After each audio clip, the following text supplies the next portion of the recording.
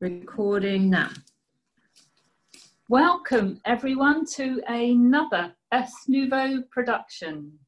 So today I want to continue on the theme, my favourite theme of connecting with the ancestors. And I know many of you were with me for the first one I did, where we did our bloodline and DNA. And there's lots more we can do on that, but for today I'd like to go on and connect with our elemental ancestors. So the four basic elements of earth, air, fire and water are really our original ancestors. So we're going to connect to their ancestral helping spirits of those elements. So I'm going to start with a meditation. First of all, let's just have a brief look at what co-creating with the elements is and why it's so relevant to us. It's relevant to us because all the elements are already within us. They're in us and around us. We connect to their essence, to their spirit, and it's very much the work we do with our bodies, because the elements bring the balance to our body. So I love this because it makes our body so much part of this journey. It's not the mind, this is our body we're going in with. And it's in our observance of the elements and our co-creation with them that we learn to bring balance to ourselves. Because if you watch nature work and the elements work, they always try and work in balance. They always bring heat where there's required through fire, or water where there's required. They're constantly flowing. It's a constant flow of movement and change to bring everything back to balance. And the more we recognize those elements within us and work with them, we can, one, bring ourselves back to balance, but two, we can transmute and transcend some of those old negative ancestral energies that I spoke about before, those energies of the unwell, unhealed ancestors that are there. So the elements are hugely relevant now, and they are nourishment for our souls. They help us heal the patterns, as I'm saying. And again, you know, they're all about movement and change. And I think it's actually quite appropriate tonight because in the UK, we've got some huge thunderstorms coming. I can almost feel the energies, as Martina was saying earlier, building. So it's a wonderful timing for us to be doing it now. So what I want you to do, guys, everyone who's here listening, I think you've all muted.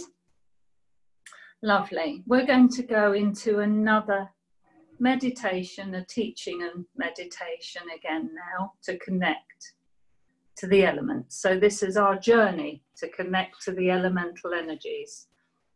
So what we're going to do, as we did before, is open sacred space. So I'll call in the,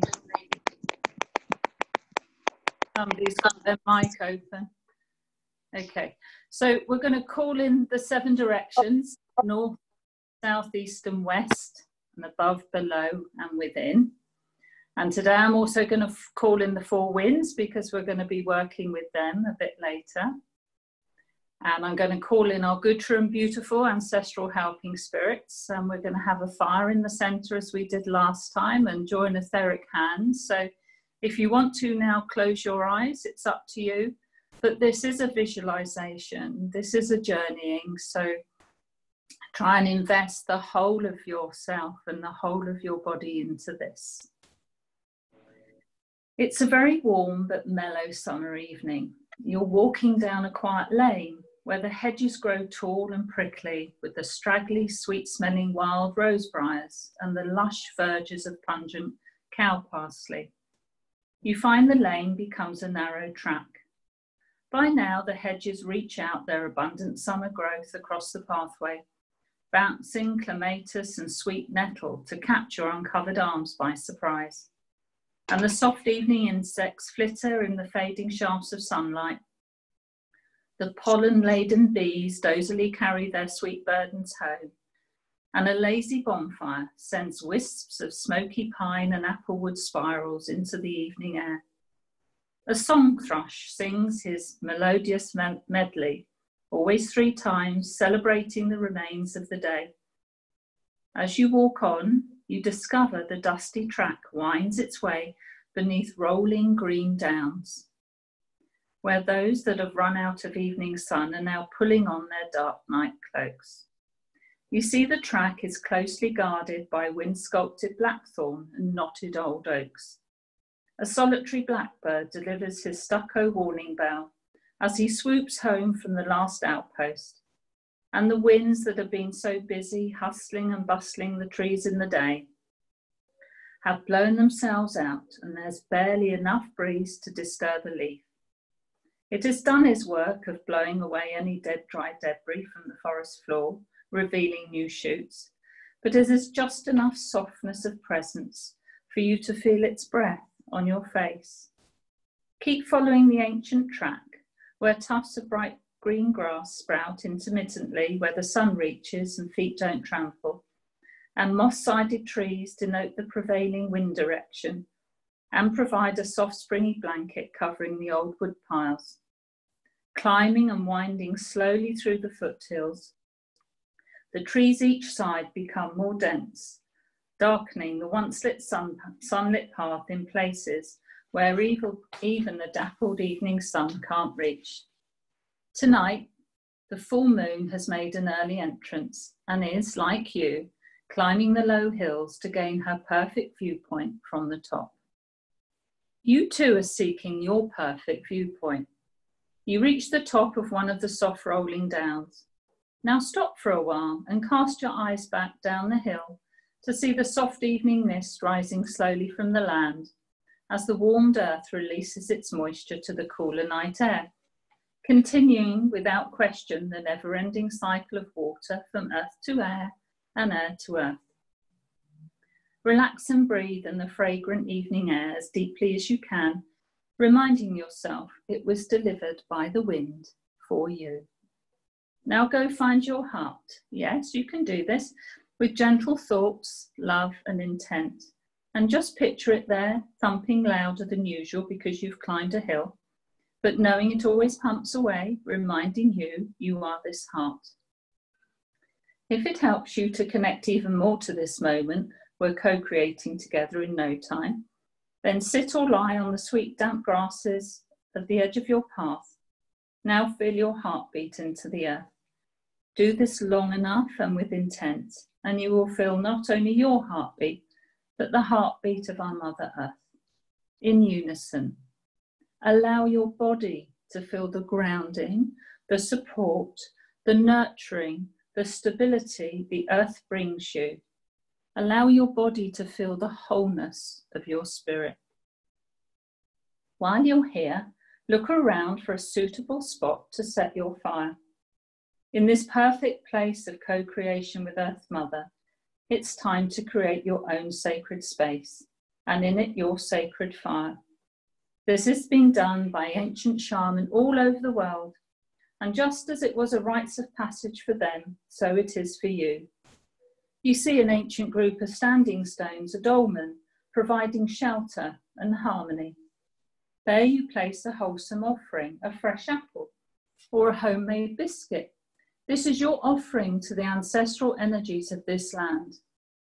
Tell them out loud, you come in equal co-creation, non-competition, non-hierarchical order, to co-create with them as a peacemaker and a peacekeeper. Look around for some wood. It's been dry, so there's plenty of kindling sticks at the foot of the trees, last year's pine cones and dry leaves. Collect enough to start your fire, and bigger logs from branches that have been broken off and lying there, waiting for the day you'll need them. For all is in service to all others. Thank the wood, the trees as you collect it.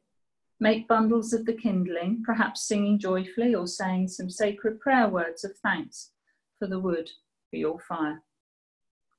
Build a small stone circle around your fire space, again with prayers and words of thanks to the stone people, those holders of ancient wisdom, Earth's record keepers.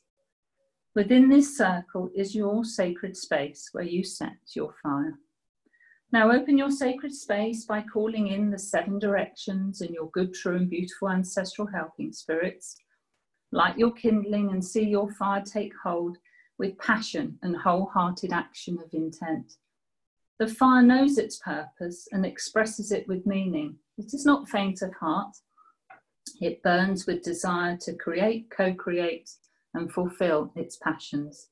It quickly devours the old dry wood, sending smoke signals to the sky where the wind sculpts this transmuted energy and carries it away for repurposing. Sit by your fire under the dolmen and remind yourself your prayers are carried here through this portal to other realms. Your stale energies are released like the smoke signals, and the fire will transmute and transform what you are ready to let go of. It will be returned to you in inspiration, co-creation and dreams if you ask, for nothing is wasted. The energetic cycle of life and the energetic circle of life and death is the way the elements work in harmony.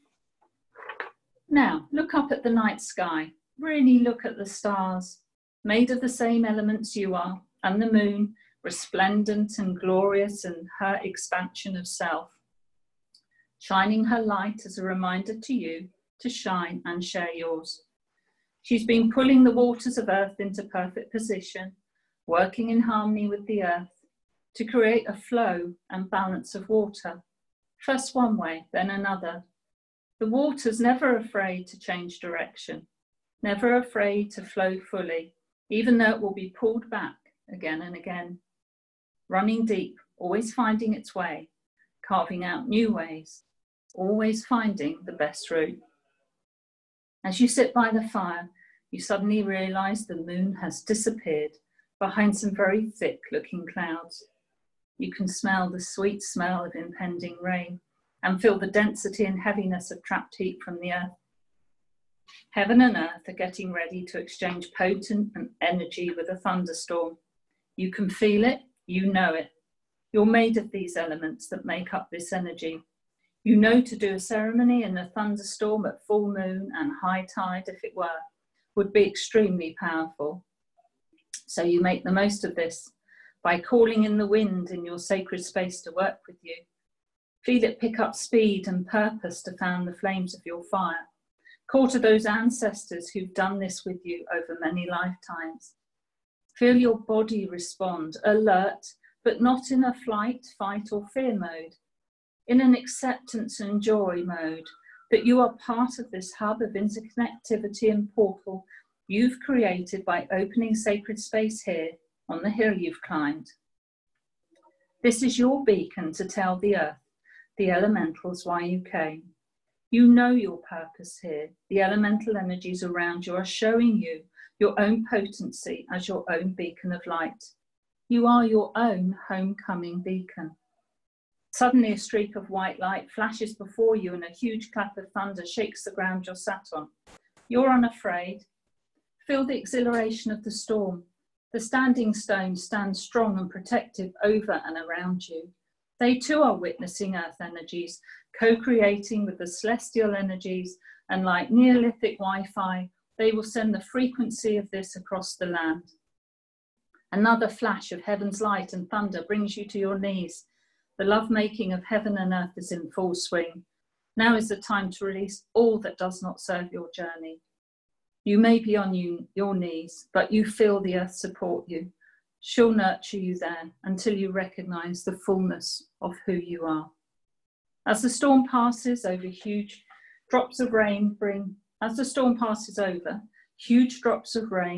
coolness that does not dampen your fire, for your love and passion for this great work is in balance and does not need quenching. The wind has risen and reflects back to you your own potency and flow. So get off your knees, dance and sing, say prayers, drum. Come out from the protection of the stones now the storm has passed. Throw your arms in the air to feel the wind, the rain. Allow your whole body, the full experience of this, the cleansing, the separation of densities, the releasing, the renewing. Shout to Great Spirit, you know who you are, not in aggression, but in acknowledgement. You found your authentic self. For this is you. Claim it, Choose it. It is now your choice to go back to this visualization, to add to the many layers and the prayers, the words, the song. For now, we'll close the sacred space of the spirit fire we co-created here. We'll leave the lands as we found them. We'll acknowledge and thank the ancestors. Perhaps we'll sleep a while under the dolmen, and as the sun rises, pick up your belongings and walk back down the hill. You'll see the city or town before you start to awaken, its flickering lights dimming as the sun rises higher. You know now you are of this earth, yet in this world. It's a balance you must walk daily, for this is why you came. And in future ceremonies, send your precognitive workforce, those potent light bodies of yours, back to this sacred site to do the same as you did, to light a fire, dance, sing, say prayers, to be the beacon of light, offering yourself in contribution to service to light. Aho. Beautiful. Aho. Fabulous. Thank you. So, when we're all back, but still with a foot in that world, working with the elementals, would anybody like to talk about what they might have just experienced with that meditation? How did you feel? How did your bodies feel? Some of you are still there. Let me kick it off. My usual... Muted, Martina. Yeah. Yawning. Oh, am I muted? Am I muted now? My yawning, and then really coming down, and then really grounding nicely and letting go of everything. So beautiful. Thank you. Lovely. Did anyone else feel that? Did they feel the ground? Did they feel the connection to the earth? Yeah, I was like almost falling asleep, and I could feel the moisture and smell the forest too, and hear the fire. It was really beautiful. Thank you a lot. Thank really you, nice. Naomi. Lovely. Who else would like to say something about that? Because you can feel... I'm having real trouble with my internet. I'm not sure if you guys. I can hear you. I can hear you, Matt. You can't hear We us. can hear you. We can see you. Oh, I can't hear anything. It's all breaking up. I'm going to stay in the background side for a little while, guys, and then listen. Okay. We've got Sean making a comment. Let me just read that. Thank you. I came in sometime after the start. That was very pretty and helped understand and visualize how the earth can speak. Thank you, Sean. Lovely. Thank you. Well, there'd be a copy of this on the Earth Nouveau Gatherings page as well, this meditation. So you can do it, you can read it, record it, and I would say add to it or do your own. You might not want to go to a hillside. You might want to go to a beach. It depends which element after this, or you maybe know which element you prefer to connect with. So that the idea of this meditation is actually to get us to connect in balance with all the different elements.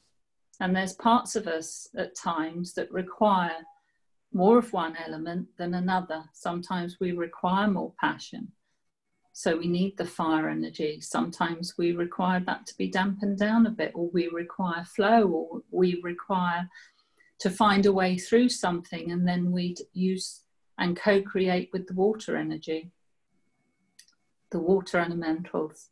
So what I thought, if anybody else, can you hear us now, Matty? Yes, I can hear you a little better now. Fabulous. Yes. Do you want to share shaky. your experience? Do you want to share how you got on with the meditation? Okay. It's breaking up a little, but I'm assuming you guys can hear me.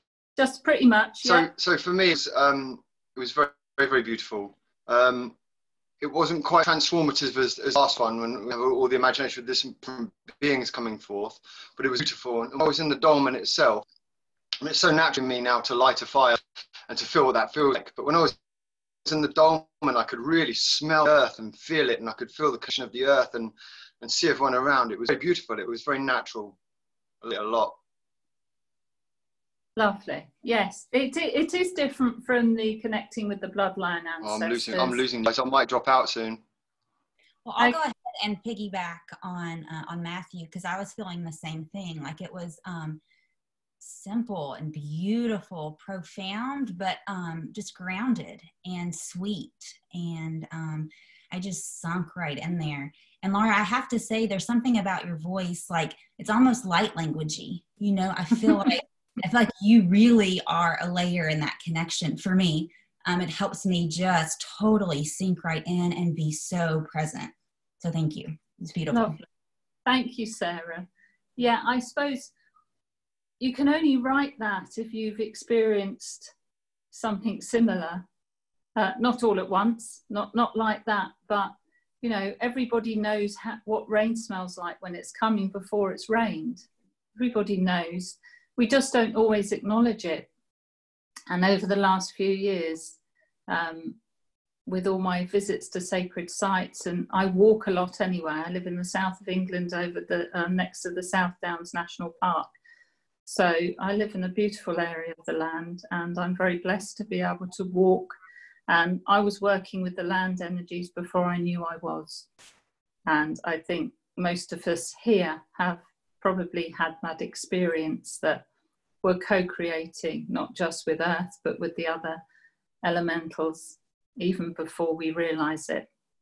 And it's not until further down your journey you actually acknowledge it, and you realize that you have a level of responsibility at that stage because of your awareness to actually continue that co-creation and to bring balance to your life, and then for others, because for me that's what I'm here for. So thank you, Sarah. Anybody else experience anything they'd like to share, or any other comment on the meditation? I had something that I could share. You know, like when we went up to the fire on the top, and this morning I was having some thoughts about my relationship with my daughter, that it's just, I want more. You know, this idea of like, I want more, I'm not getting enough. And I've been sitting with that particular feeling for a couple of days with others, with my life. And I felt like when the storm came and I could feel the earth, you know, under me, and I could smell the rain and feel the earth, and I felt so confident that it's okay, you know, like the wind would come now and support this experience here with the fire. And it felt like I suddenly saw myself standing up, and there was like a photonic light in the center, and the whole issue with her went in there. And I just felt like grace, you know, just grace, and so much love, you know, and so much love from my daughter that I was missing in this story about enough, and this story about more. And it was missing what's right there. And it just felt beautiful. So I was really, really grateful for that. Thank you. Thank you. I loved your voice, and I could smell everything on the way and feel the dirt under my feet. It was beautiful. Yeah, thank you so much. Thank you, Dawn. And I do love that word grace. And some people use that word grace instead of energy. And I think that is a lovely way to look at it. And the balance of those four elements brings the grace that's in your message. So I like that. That's beautiful. Thank you. So what I thought, unless anybody's got anything else to share now, what I'd like to do is go through each element and have a little, you know, discussion about it, a talk about what we think it, one, what it represents, and two, how we can work with it. Because we all are working with these energies already. So let's have a look first at the earth energies. So anybody like to kick off what the earth energies represent to them?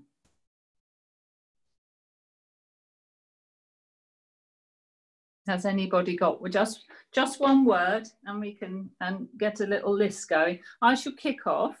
Stability. Yeah, that was just well read, Lynn.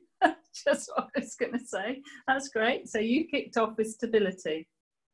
I think of the heartbeat, you know, like my heartbeat feels very connected to the mother's heartbeat now.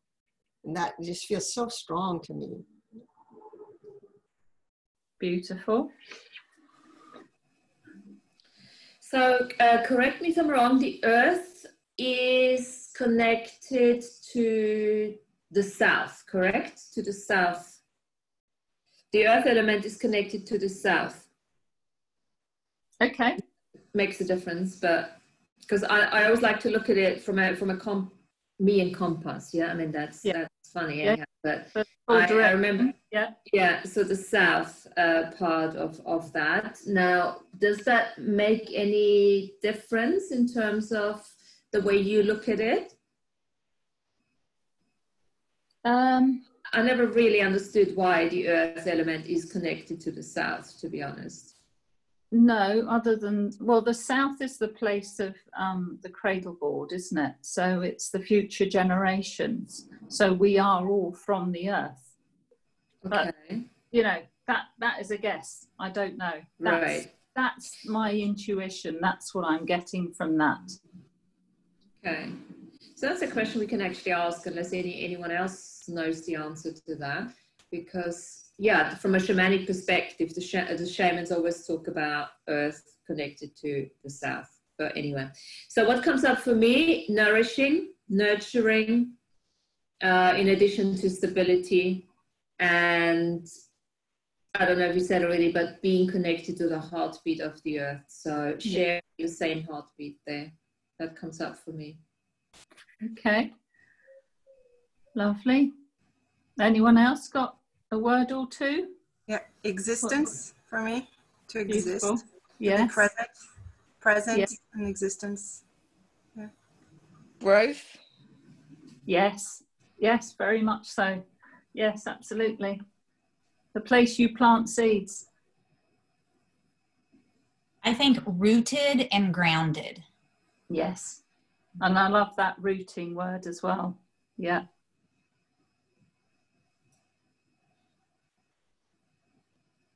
Security. Connection too. Oh, with the roots, I get connection too then. Connection. Yes, absolutely. Yeah. Safety and support. I think we've had nurture, haven't we, in nourishment. Can you hear me? Hi, someone, who's that? Naomi, I think we can just hear you. Yes, I was just talking before and I noticed you couldn't hear me. I said trust.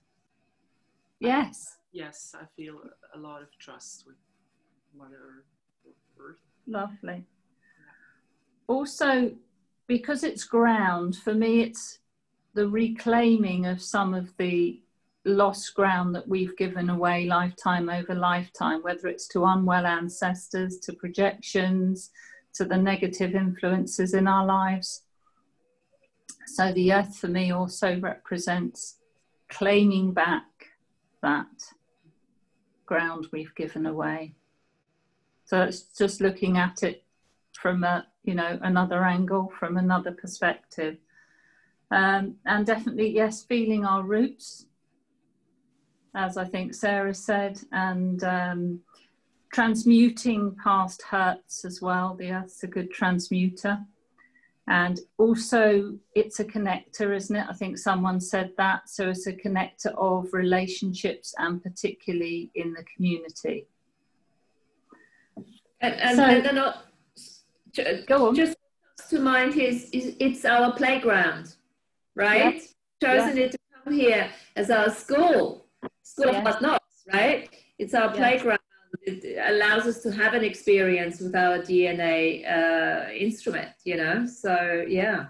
absolutely. It's where our two manifest legs walk, isn't it? So lovely. Footprints. Yes. I love that. I love that image, because we're seeing so many colleges now where people are saying, "Oh, is it safe?" You know, and all, and we're seeing lots of pictures of these beautiful places like that, and that is where we are already. We're already there. It's beautiful. Yes. So, how can we co-create with the earth then? Can you hear me? Oh, hi, Matty. Yes, we can hear you. Hi guys. Yeah, I'm really struggling here. I've tried everything in my book to but it must just be internet issues. So for me, the earth energies, they represent the body as well. You know, they represent the flesh, the blood, you know, the earth that we walk on. So for me, every time that I nurture my body, I'm co-creating with the earth energies. That's the way I see it, because, you know, we are of the earth and we go back to it, of course. Everything that we have is borrowed from the earth. So for me, that's the most day-to-day, most poignant way that I connect with the earth energies, through my body and my feet on the ground. Yeah, absolutely, Matty. Yeah, that's beautiful. So how can we work with the earth? What are some ways we can actually work with the earth? Yes, heart connection, grounding, bare feet on the ground, and so on. And keep it clean and tended. Yeah, lovely. Yeah. The way I work with the earth is through question. Literally just looking at the earth as a sentient being and just having a chat with her, just like I would talk to my body, I would talk to a mate of mine, and just basically, you know, maybe on a daily basis. I'm not doing it on a daily basis, but actually asking the question, Earth, what contribution do you require from me today? Yeah. And it could be just that question that actually activates your DNA technology and addresses that just through the awareness and through the attention. And the other thing is what I've been looking at is when your body goes through states of intensities, which we consider as pains, it's very often a good question to ask if the earth is actually asking for our contribution, literally, and then to give the earth the contribution. And it's very simple. You just use your hands. Hands is all about, you know, reaching out and stuff, and you just do a 1, 2, 3, 1, 2, 3, 1, 2, 3, and basically just shoot down some energy into the earth. And you may actually find that your body goes out of the intensity and feels more ease. Yeah, that's beautiful. Yes. Yes, there's a very small sort of meditation you can do similar to that, where you stand with bare feet on the ground and you imagine your roots coming out down to the inner earth waters, and you tie your roots around, I think, something like a hematite and a rose quartz, or around some crystal, and then send your energies up so they loop over celestial and then come back down in a figure of 8 and round. And when you do that for a few minutes, yeah, you start to clear a lot of stuff, to feel very grounded, and yet have the balance of being celestially connected as well. And I've even found, I've done it in the same spot for about 16 years. So I've noticed when I'm sat at my fire some evenings, that certain spot in my garden actually seems to glow. So really? It does. So we can have some wonderful sort of shamanic experiences like that just through putting our energy and sharing it. Well, you know, that also relates to gardening and things like that, because one of my absolute favorite ways to connect with the earth is through plants and growing different various plants and things. And I've done it for years now. I have, you know, seeds that I've grown for many generations, you know, the ancient seeds that I've grown and then reseeded and grown and reseeded. and you know, the soil under my nails, and being out there and just watching the whole of nature and the way that I can actually co-create with nature and the earth in a way that's natural to it, you know, not unnatural. To me, I think that's the way that I probably get the majority of my earth energies, other than with my own body. Yeah, totally, Matty. And I think after these, well, we're still in, I think, the Lionsgate energies, because they go on for a couple of months, but I think we've got very much the right energies for the reseeding of the planet for the new energies. So you can reseed etherically and send your precognitive workforce. I think I did a precognitive gardener's revocation at one stage, Martin, didn't I? Yeah, I can make that available. That's worth reading, where we equipped our precognitive gardening workforce with infinite seeds, so they could go to the oceans of the earth and plant seeds for corals, so they could go to the land that was bare of corn and bare of crops, and plant seeds there. But not just that, seeds of renewal in the cities, seeds of renewal for consciousness. Yes, I'll put that on the site as well, and if I can find it in a minute, maybe we'll read that one too. But it's a beautiful way in these Lionsgate energies, which are about this huge sort of shift in consciousness, to go out there and plant the seeds of change. So lovely gardening, absolutely. And, oh, sorry. Hi, Andrea. Can't hear you. You're on mute. No, I just asked if I can say something. I don't want to disturb. I just asked if I can say something after I finish. Yes. So, no, go on. Oh, no, I just wanted to add to that, because I had an experience Saturday, Sunday. No, what, I don't even know what days. Anyway, Saturday and Sunday, but particularly Sunday, when I was at the beach. I've written a blog about this, but I tell you guys, you'll be the first to hear it. I was in the sea because it's so hot, and what happened is suddenly I see these boats around this one spot, and I'm thinking, oh, maybe it's a seal or something, you know, there's something there or whatever.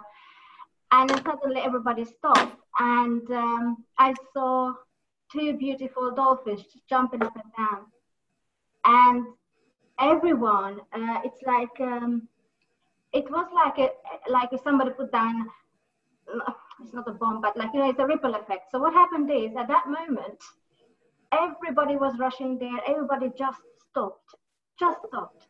And because I had an encounter with dolphins and received healing from them personally, you know, right next to me twice, what I did is I just stood in the sea. And I know the dolphins has a very powerful energy, you know, they give this vibration out. So what I did, I just received it. But when I looked around at that moment, it was like time has stopped. I know there is no time, but it was like everything just stopped, and everybody was smiling, and everybody just healed. It was incredible. It's like receiving from the earth. And it's like the dolphins were just were. It's I am the I present moment. And for that moment, they had that power to stop everything. All the COVID, all the fights. It was like, it was silence.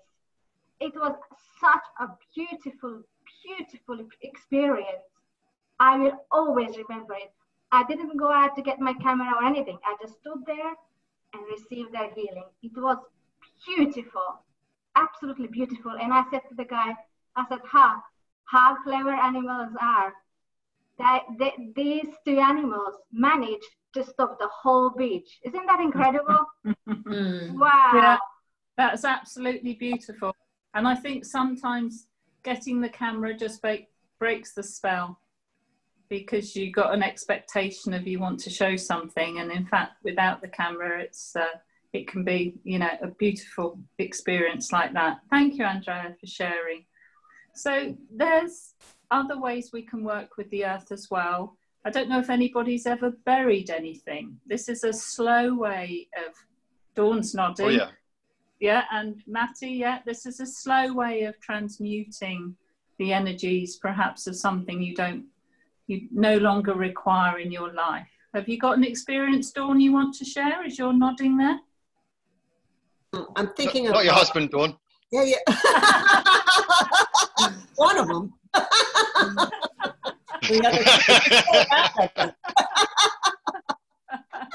love that. Yeah, all of a sudden now I'm thinking of my cat and all the things I buried. Oh my God. Oh dear. Yeah, I did. The first thing that just came to me was my dog's ashes, you know. And we had just moved to this house, and there was a tree that I brought from the old house to this house. It was a small tree. But as I dug the hole, I was crying because it was like rocks and I couldn't make a hole. And I felt I was failing my tree.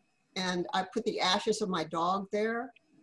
And I just felt like it was a a failure, you know, a complete failure.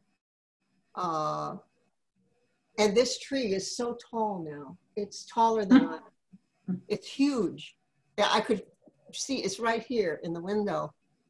And every time I see this tree, I love this tree so much. It had so much faith, you know, the earth had so much faith.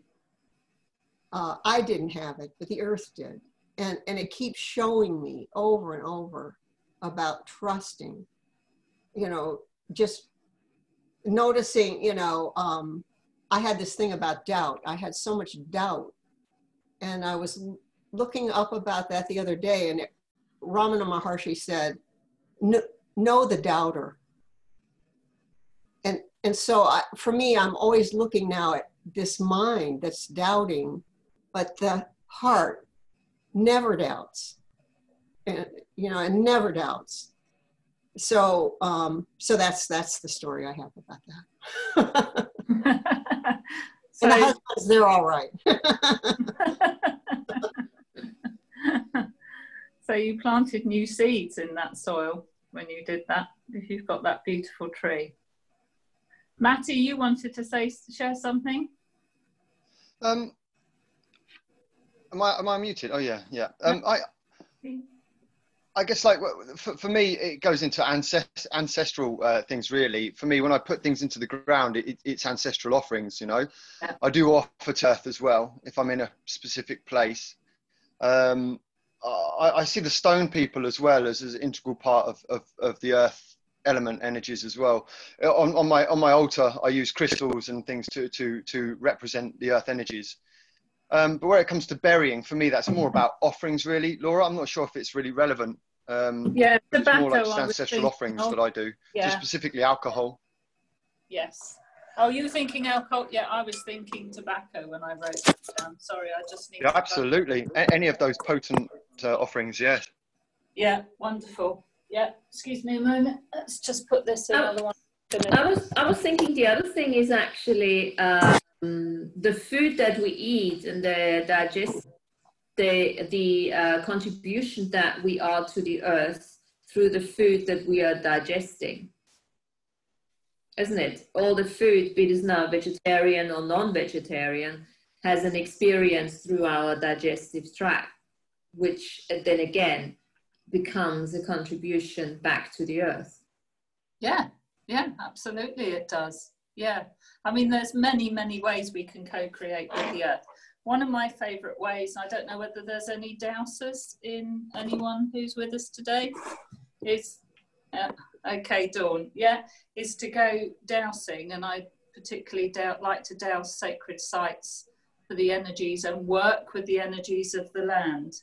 Is that what you do, Dawn, with your dowsing, or is your dowsing for something else? Yeah, that's a really, that's a brilliant thing. And I have heard of you doing that. I haven't used it that way myself, but I did set up a fire circle on my property, and I used the dowsing to find it. And it did when I found it. It was I could see it felt like ley lines to me. Like, I'm not sure what that, if there are actually on some map somewhere, but I could feel the energy between certain areas then when I was standing in that spot. So that's where I put the fire, my fire circle. Yeah, well, if you work a lot with your rod, I actually was taught to work with one rod originally. You start off with two, but it's just quicker with one, as you know. Oh, that's cool. Yeah. That's cool. To carry around, yeah, so just one rod. And then when you trust yourself and you trust the information that you're given from that, then you start, for me, you get greater accuracy. And I'll just bring up again the standing stones that Matt's just talked about, because that's another thing I work with. So I might go to a sacred site, or what I know was a sacred site, and there's thousands all over the world, aren't there? But on the South Downs here where I live, yes, old forts, those sort of places, many hilltops. And then I will ask the question, was there a standing stone here? And then, you know, in what direction was the standing stone? And then I can be guided to where there was a standing stone. And then I will work from that spot, because that will be the place where, you know, as you know, many waters meet, and we've got a high energy point, and that will be the place where I will start to work with the land. The dowsing rod might take you somewhere, or I mean, this is you working with the land, because we are ourselves our own rods, aren't we? Our two legs, so the sort of the forks that go into the land, and it's a dowsing rod that gives you that information. So many people can probably do it, and we could without a dowsing rod. It's just that you can use it for greater accuracy. So I would use it to work with the energies of those lands, the ancestral helping spirits of sacred sites. Do the same thing as I said in my meditation. So always take an offering. Don't take anything, any old bad apple. This is respect for the ancestors. So I personally have baked scones or something at home, and taken a homemade organic. I'm quite particular for my ancestors. I won't take any old apple, it will be an organic apple. So they very much appreciate the energy of that. And if you think about how it's used, once they've been able to take on the energy of that object, it then goes to the land anyway, because the animals or birds will pick it up. And this isn't just at sacred sites, so this is on your own lands. So working with the earth is working with the land. So you would, I don't know how many of you have done offerings on your own land, but that would be something I would highly recommend. If you haven't done it, do it now. Write your own prayers. The message you want to get across is that you recognize that they are still the caretakers of the land. Even though you live there, you are co-creating with them as caretakers. We're all caretakers of the land for the next generations and so on. So we go respect in co-creation, non-competition, non-hierarchical order. Most of us know all those Andrew's words sort of off by heart now. And we take something and we share our prayers, and we also ask for protection at the same time.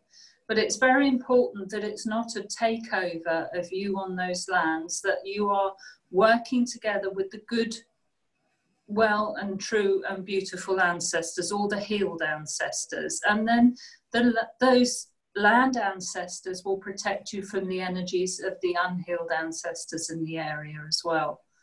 So, and all of the trees will love you, all of the animals will love you. Yes. Everything responds to you. When you start to make those offerings, put things in the ground, make your fires, you know, when you do it with a heartfelt joy, then the whole of nature responds to you. You'd have relationships with wild animals and all kinds of things. Alan's just said making allies. Yeah, I totally agree, Alan. And you know they're there and you can feel them, and you can do it anywhere. I mean, anywhere, anytime I go anywhere new, even hotel grounds, I have taken an offering because I'm walking on their lands, and you know, I want nice dreams. I want to be able to co-create. So when I go somewhere new, I take an offering. To any sacred site, I take an offering. And sacred sites are slightly different because these can be are usually old burial grounds. So that's a matter of showing, you know, respect for where they're buried. And over here and all around the world, I mean, there's tumuli. And over here we have Salisbury Plain, which is a huge Ministry of Defence area near Stonehenge. Those of you who live here might know about it well. And it's a large part of that sacred land is sectioned off for them to do their army manoeuvres. So they're rolling tanks over these sacred sites, which is not what we're meant to be doing, but obviously that is sort of how the system works with that.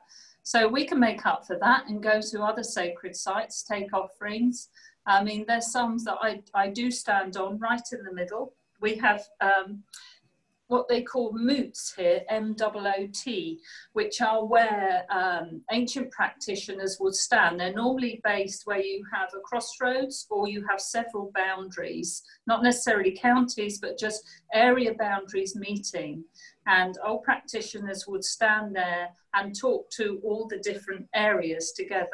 So that's a great place to go. If you can find on a map something that says that it's a moot, then you go there, and I do many ceremonies there, calling in the winds, the ancestors of the land, and so on. I always ask for protection.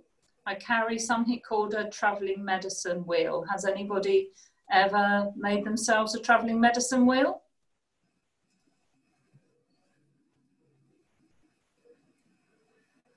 No? Okay. So a traveling medicine wheel, do you know how to make a medicine wheel in your own at home? Yeah? Dawn's nodding. Do you want to, we can't hear you, Dawn. Do you want to take us through making your own medicine wheel? I was afraid you'd say that. I think I have one. I'm not sure it's correct.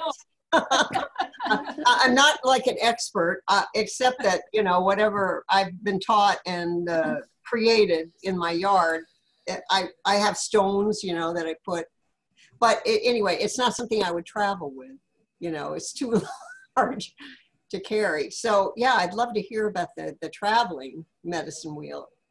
Okay, I use for when you do one at home, there's a particular ceremony you do, and you let the energies in at one door and out, and you finish with the eastern door. So you work around the directions, then you go and celebrate afterwards. And I use crystals at home. So you want to simplify it when you're traveling. I mean, some people use, because it's at home, maybe in their garden, they can use quite big stones. You don't need that hassle when you're moving around to different sites. So what I do, and every shaman works differently, I've selected 7 stones. I've actually got some earth womb chakra stones that were sent to me from Adelaide in Australia, which are fantastic. So I've got 7 of those. So that represents the 4 directions, or the 7 directions: north, south, east and west, above, below, within.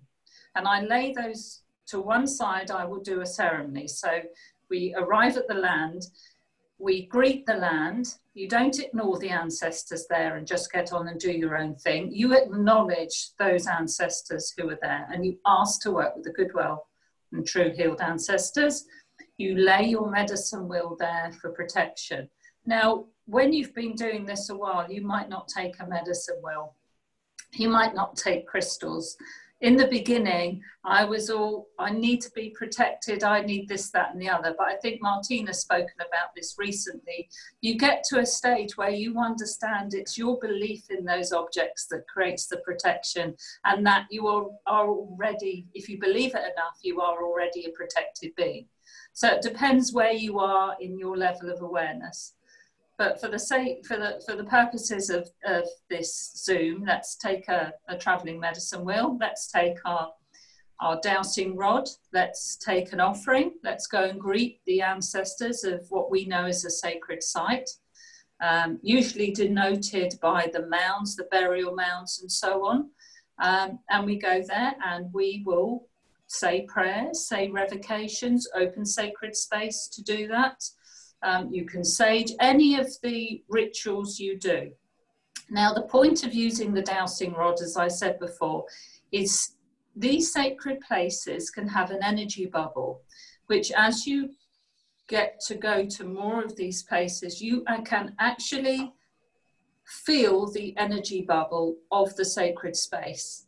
And the work of a shaman for me is to expand that energy bubble of that sacred space, because what you want it to do is yes, flow down the lays across the land. So you start connecting these sacred sites, which is the work I've done, and that's just locally. So you're connecting sacred sites with the lays so that you can send this good energy to build up a pattern of connection across the lands. That's how I started out.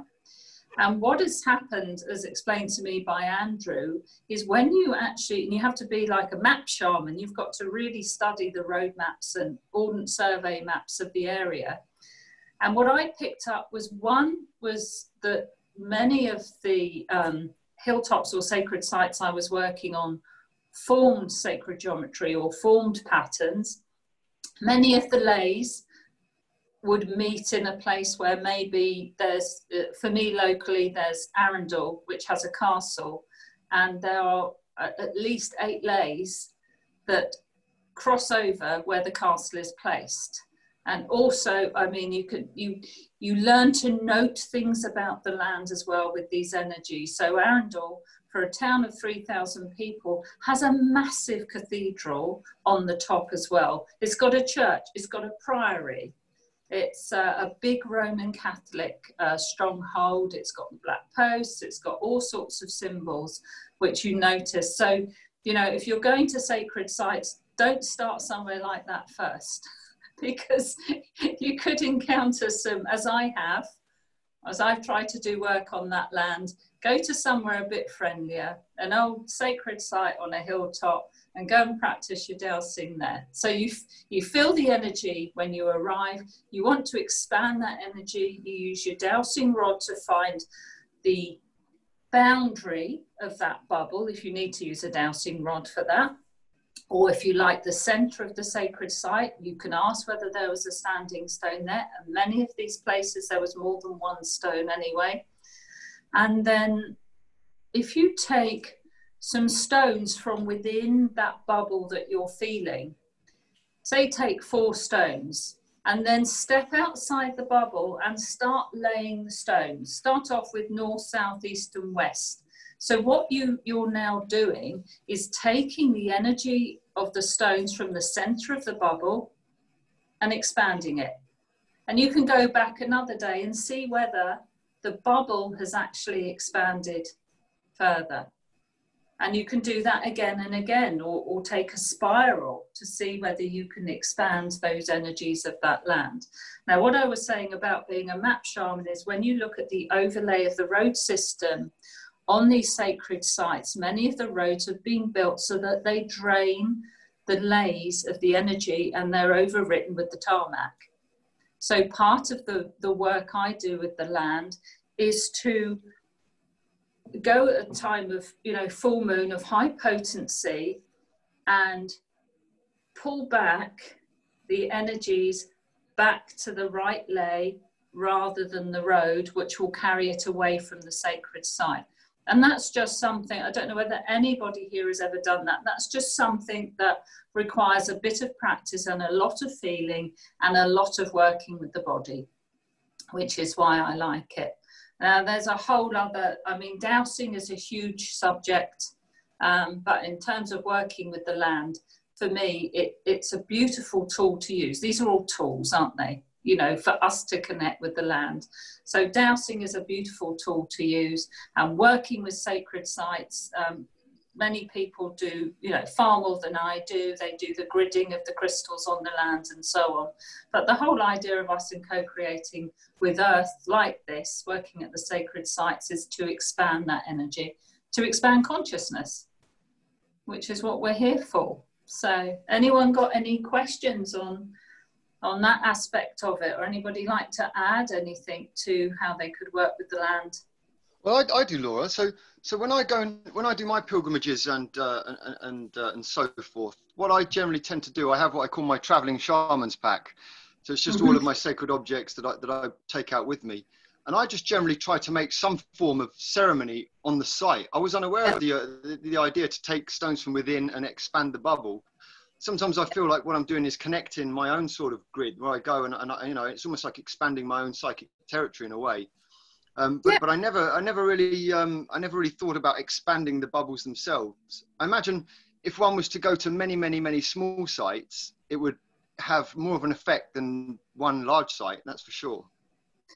Yes, and another way of doing it is to take, and this is how I started off, and I didn't even know what I was doing. I would pick up a stone, particularly from a sacred site. Loads of people do this. They'll pick up a stone and take it home. Oh, that's from so-and-so. So I would pick up a stone, and the idea is to collect it at times of low power. So you take, so not full moon.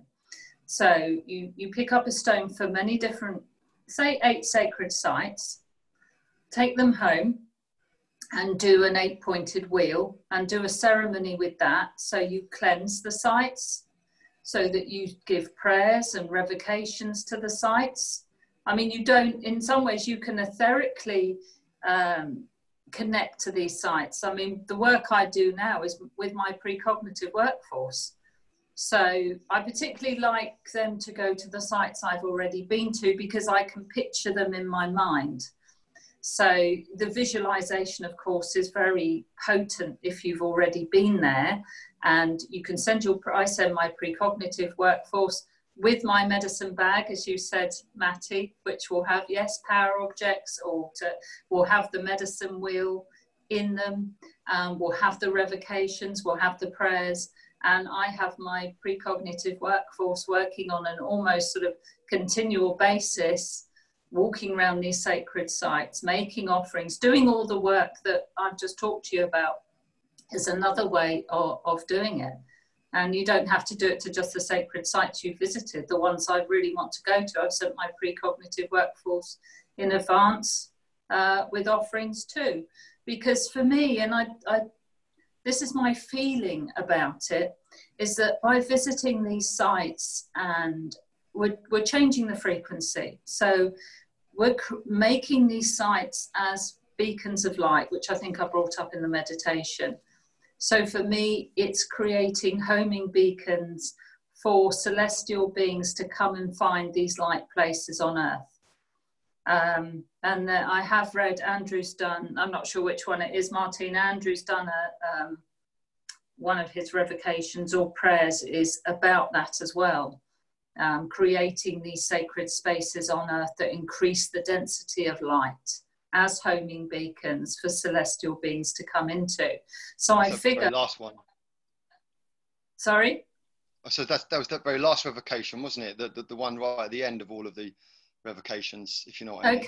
Yeah, I can find that and put that. Andrew won't mind us sharing that. But it's, for me, it's, yeah, increasing the density of light somewhere so that these celestial beings who are coming, who are here, have areas of extra density of light to come to as homing beacons, where we've done the clearing and we've raised the frequency through our shamanic work. So, but that's, go on. Would you like to hear a story about one of mine, Laura? I'll keep it as brief as I can. No, go on, Matty. Because I never really did any of that kind of stuff. For me, that was all very brand new, and I wasn't really aware of pilgrimages. And one night I had a dream where it was a past life dream, and I was at Avebury, and I'd never been to Avebury, and there were spaceships in between where the stones were, a huge ship that was being attacked by other ships. And as this ship phased out, it literally went poof and phased out. I woke up and all the electrics in my house tripped out. And the next morning I said, right, we have to go to Avebury. And so when I went down there, I basically just planned out the ceremonies in the different directions, did the best I could, I did the best I could. And I wrote some prayers specifically for it of my own. And I went there and I did the ceremonies, and, it doesn't feel as powerful as you expect it to at the time. But one of the points I came to one of the standing stones, and somebody had defecated by this stone. And so I actually cleared it away. And then a voice said, look in the stone. And as I did, there was a small fragment of it on the floor. And so I took this stone home with me. And this is and this is one of what I call my dreaming crystals. They're the 4 crystals that I have around me when I sleep. And I'd lost one just previously. So this one became my new one. And, you know, it was very, very powerful.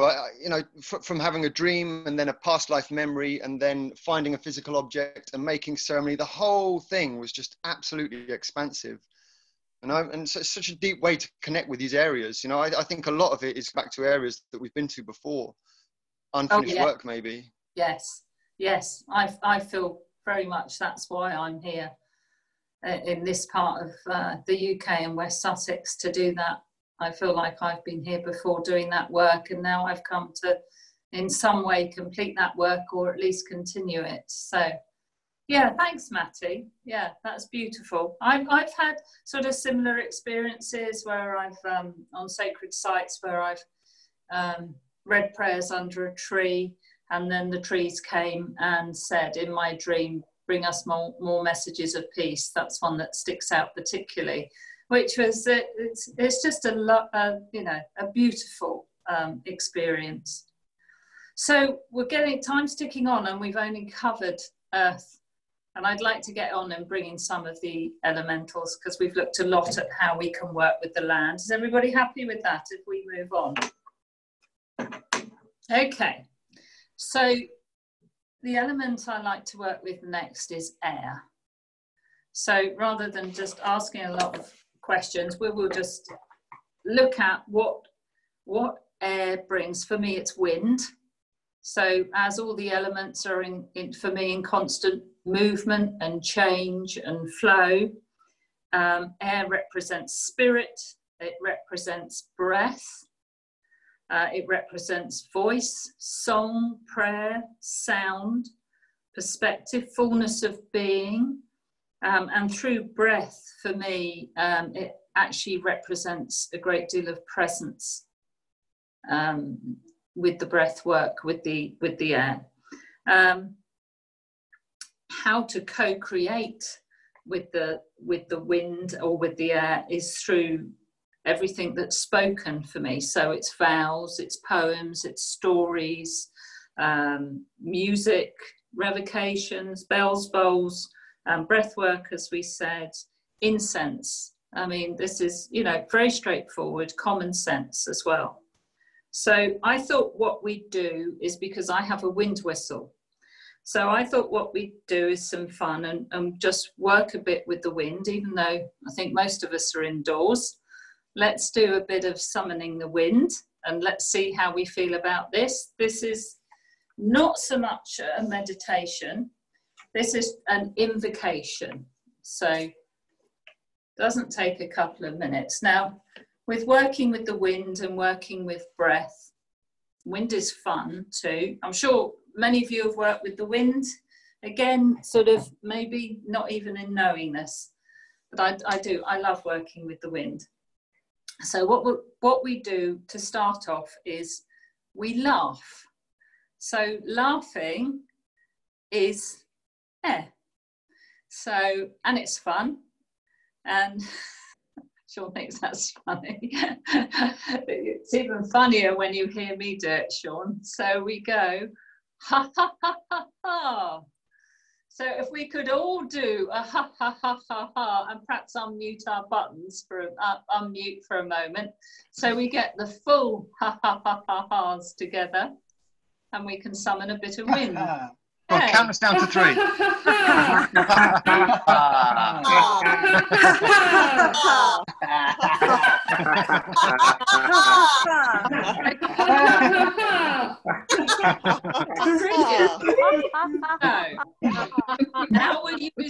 Now we use the wind whistle.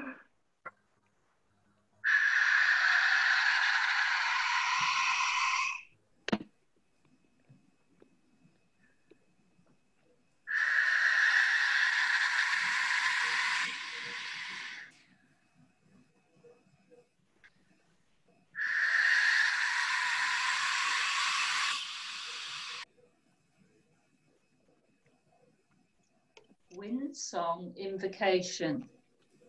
From the stillness, from the great void of all there is, was and will be, I call on the four celestial winds of north, south, east and west, the divine winds of the fifth world of peace that carry the messages of unconditional love. Come here today to teach me the lessons of working with wind. Show me how to bend as trees do and not resist. Show me how to flow and weave and dance through life. Show me the lessons of expression and release, how to speak and sing, how to whistle, how to find my voice. Show me the lessons of breath, of presence, of stillness. Yet show me the strength required to blow away the barriers that I set up in fear. Peel from me the energies and projections of others that I've been storing, so I may see my authentic self and my own beauty, and whisper to me the messages of renewal, of change, of movement, of expansion, of the ever, never ending flow of breath. From my first intake of breath at birth to my last breath out, my spirit flies free like the wind. Aho. Oh. Oh, that's lovely. Good. There's lots of different ones online. That one is mine. I try and work with mostly my own work, although, you know, to learn things, you've got to listen to others. Thank you, Sean. Yes, so we've called in the wind. If anybody's papers blow away, that's why. Difficult to do it indoors. So ideally, obviously, if everybody can get it outside, I'm sure you can, go outside, do your ha-ha-ha, find a wind whistle. You can get wind whistles online. Actually, there's far more, there's very intricate, there's wooden shamanic wind whistles. I couldn't find one. This one I got off Amazon, but it makes a perfectly great noise. And if you can't get one, then you can do it yourself, I'm sure, through your lips, and that will be fun just to do. Get yourself a wind shrine if you want to work with the wind. And if you're working with the four elements for your general balance and healing, that to me is a must. So it's another shrine we're setting up. So what to use in a wind shrine? Anything that represents air. So we've got feathers, we've got prayer flags, we've got wind chimes, we've got mobiles, crystals hanging. Anyone think of anything else out there? Sorry, darling? Drums. Drums, lovely. Yeah, anything that creates sound as well. And I've got bells and bowls written down here. Now, the idea of wind as well is direction. So I would put 4 stones on the wind shrine in north, south, east and west. Like Martina, I like very much working with the directions. And you can look online. I haven't covered it here just through time, but there's different messages depending on the different, whatever sort of shamanic path you want to look at. The wind carries different messages from different directions. So in Native American, if it comes from the south, you're looking at a message from your childhood or the inner child. And there's, you know, you can go on round the directions, and there's obviously, you know, all ancient practices have used the wind. So I would look up whichever practice you want that, you know, you feel aligned to. And I think, Alan, thank you, just now you put up 4 names of the wind that might have been that Andrew used, I don't know. But everybody has their own take. At the moment, I'm calling them 4 winds, and because I like working with directions, they're of the north, south, east and west. But as I say, each direction, as we know, represents something else. So if you want to work with the wind, research it, have a look at wind in history and how the ancients work with the wind, and tune into the one that works for you. I strongly recommend a wind shrine. Working with that and doing certain things like, I think it's called wind bathing. So go out and open your shrine, everything. Oh, you don't, just go for a walk. We all do it. Open your arms up and feel the wind around you, or go to your hilltop and stand there and allow the wind to caress you. Or if you're trying to call in a great deal of wind, allow it to blow away and take away, because it's very cleansing to wind, as well as flow, as well as direction. It can be cleansing. As I said in the invocation, it can rip things from you that you want taken away. So if you're feeling particularly sort of stuck, go out during the storm when the wind is really high. Go on the beach. I mean, we all know that how cathartic that is, how wonderful that is when you've been on the beach in a storm and the wind is almost ripping your sort of the clothes from you. That is taking away the dense energies, taking away the stuff that's not serving you. It's a beautiful, you know, wind bathing or working with the wind, calling in the winds for messages from the winds as well. So you might ask where you need to look, and you might ask which direction or what area you need to look at, and then the wind will blow from that direction, and then you can look up what that direction represents. You know, so if it's blowing from the east, then you're going to need more clarity over something in the Native American First Nations expression. Excuse me, and there's many more of these sort of takes and representations on it. So has anyone here worked with the wind in knowing this?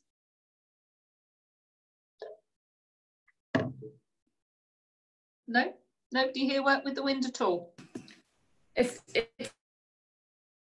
Only when I was with you. I'm glad you say.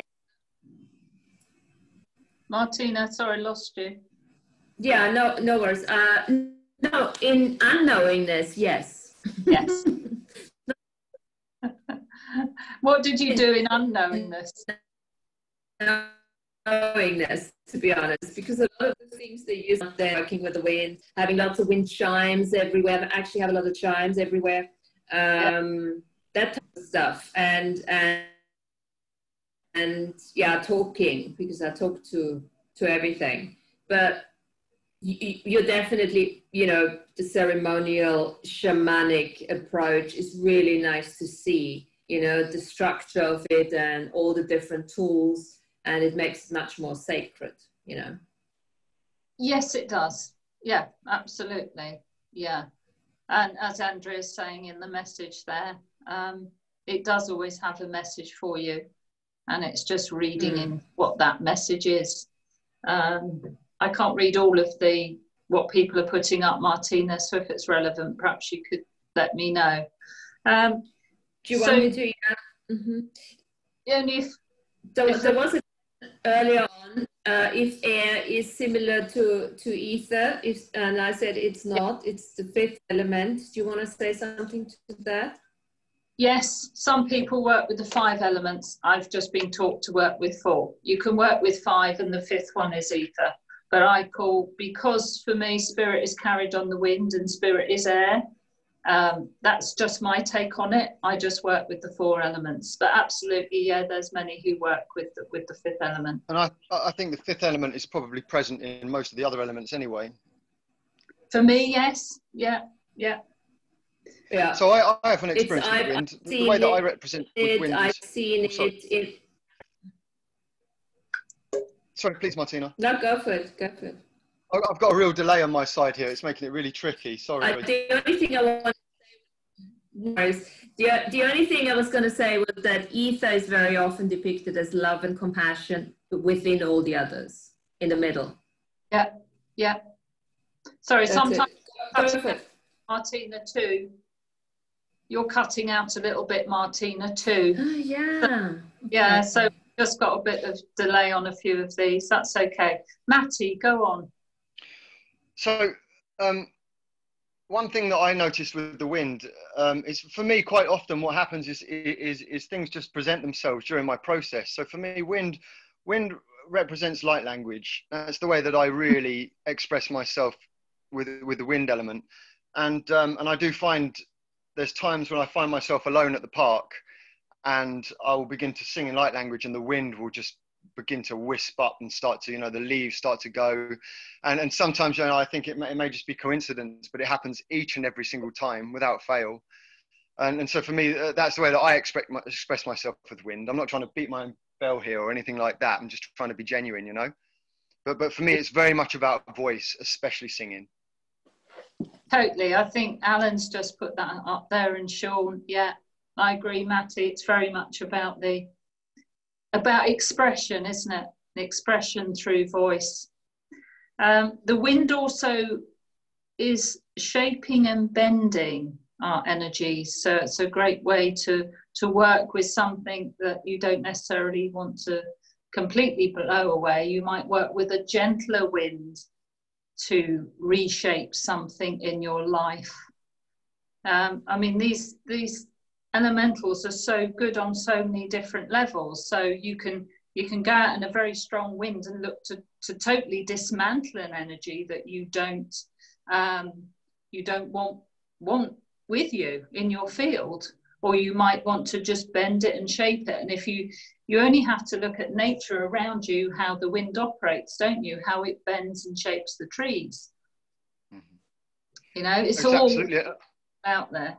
Go on. It is. No, I've also heard, Laura, that I've also heard somebody say a couple of years back, and it really set me thinking, was that the wind carries thoughts. And that sometimes there's been times when I'll be out in the wind and I'm having a thought, and the thought will be taken away. And I wonder, who's that going to? And there'll be other times when I'm walking around and all of a sudden, something will come in. I'm like, wow, where did that come from? I've been waiting for that for so long. And maybe it's carried on the wind, you know, a way to carry ether, energy, thoughts and emotions. Yes, yes, beautiful. Like a delivery system. Yes, I think I had that in my meditation, that something was delivered to me. So, Lynn, you had something to say earlier. Sorry, I cut across you.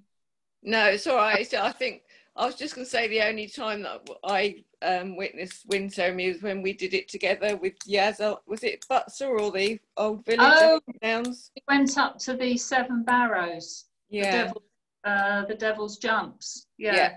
Near Harting. That's right. Yeah, we were on a sacred site there, and I disappeared with my wind whistle. I think we had gales the next week, didn't we? Yeah, don't blame me. Okay, so I think we've covered pretty much, you know, what wind does, how we can work with it, unless anybody's got any other ways they work with the wind, which would be good to hear, fun to know. Okay, so let's move on to the next element I've got is fire. So I'm sure, you know, we wouldn't be listening to this now if we hadn't all worked with fire. It's the shaman's first tool. I think we all learned first shaman. Fire.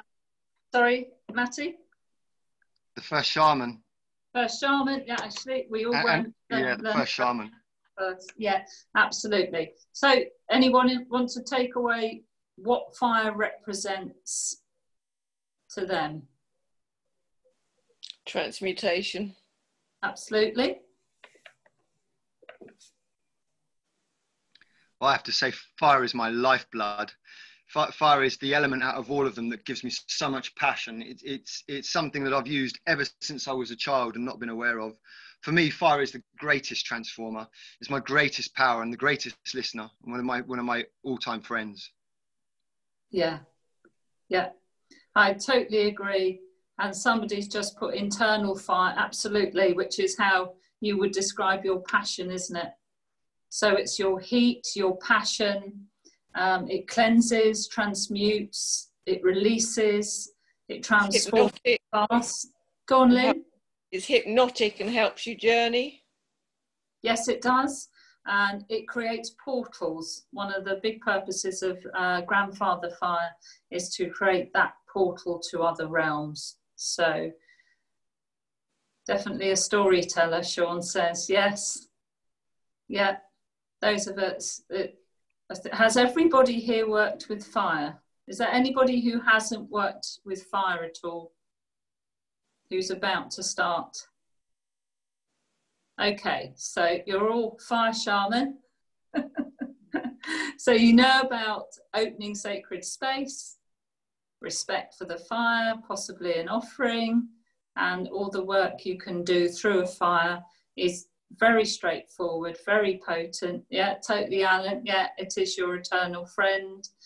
I do a fire most full moons, some new moons. I mean, we all have our own ways of working. I have done fires at sacred sites. It's quite difficult over here because many of the sacred sites are National Trust or English Heritage, and they really don't like you using fires. So if you have one place that you can do your fire, great. If not, then, you know, go to a beach, work with the other elements, work with water and fire. I usually have a water feature in my garden flowing at the same time as I'm working with the fire.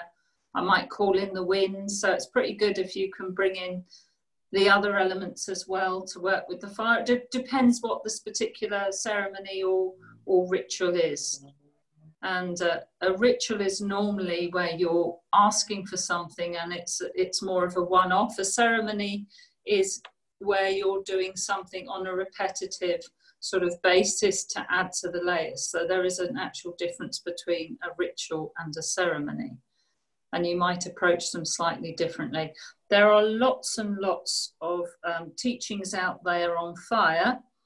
The way I have done it for a number of years is I will have my fire, it's a sort of a circle, so I have my fire under the tree from where I get my wood from. So I've got the circle of the prayers in the smoke going up through the tree. The tree gives me the wood. I take the twigs and the sticks, make bundles that are what we call prayer bundles. So we say our prayers and revocations into them. If it's a big fire like equinox, it will be many months before that I'll start that. I'll record I've already recorded tons of stuff. I'm sure many of you have. Record the revocations and I leave that playing to the wood, to the prayer bundles, you know, beforehand, possibly for many weeks. And you can work with water with the fire, so you have a bottle of water that you play your revocations to, have it on your shrine, say prayers to it, and when you do your fire you can pour it in a pot over the fire, creates the steam. So you've got that energy, transmuting energy going on. You can have, I have sometimes I use old baking trays that I fill with salt, rock salt, and then soak the rock salt in a highly flammable liquid. It's not as dangerous actually as it sounds. You just have to be sensible and careful. Depends which liquid you use. Sorry? It depends which liquid you use. Isopropanol's okay, but you don't want to put in petrol or anything like that. No, not petrol, no. Yeah, isopropanol works fine. We're all pretty sensible. So, yeah. So you soak that and then you get the most wonderful blue flame.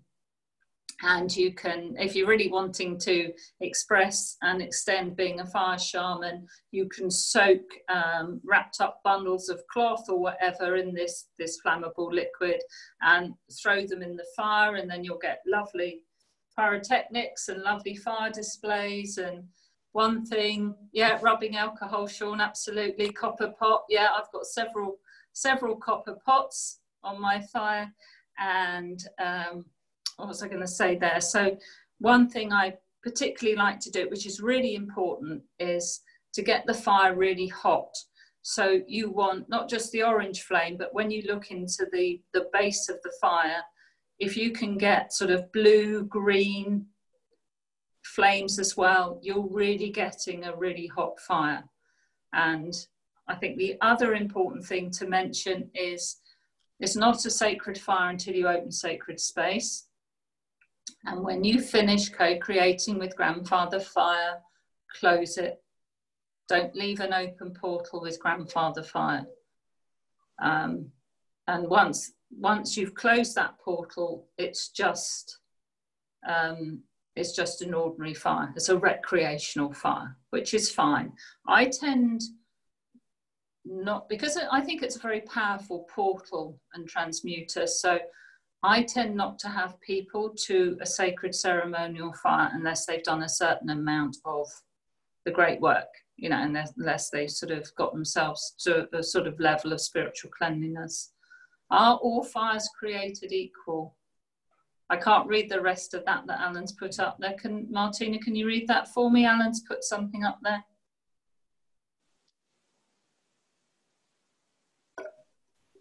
I think Laura, who's asking about whether they're equal, as in like whether you use Epsom salts and rubbing alcohol, wood, or anything like that. But I think it goes by the flame power, doesn't it? Depends what you're trying to create. It's like you say horsepower for your car. Well, each fire will be candle power. So how many candle powers is your fire? The more candle power, the better the fire, the more potent the energy. Yeah, it's like one candle isn't enough, is it, to transmute? So yeah, you need at least 100. Yeah. Yeah, it's about the amount of heat you can get from that. And of course, if you have the Dawn 91% rubbing alcohol, isn't it, Matty? I think that we use. Yes. The more different types of fire you can get going, just the greater potency you're adding to your ceremony. Yeah, and then we've got, Alan was saying wood versus gas flame. So probably you've got the element of wood in there too, which adds to the sacred, you know, nest, I suppose. Yeah, absolutely. Adds another layer. So for me, it's all about gas is wonderful because the gas is one of the things that I use. If I'm traveling around, then I'll take a standard small single unit gas stove with me. You know, the kind that you do just for heating up a cup of tea when you're camping. And so if I'm on one of these natural heritage sites, then you can just use that to open up sacred space. Very discreet blue fire. Yeah, gas is wonderful. That is a good idea. Yeah, I have done that on sacred sites as well, actually, Matty, thinking about that.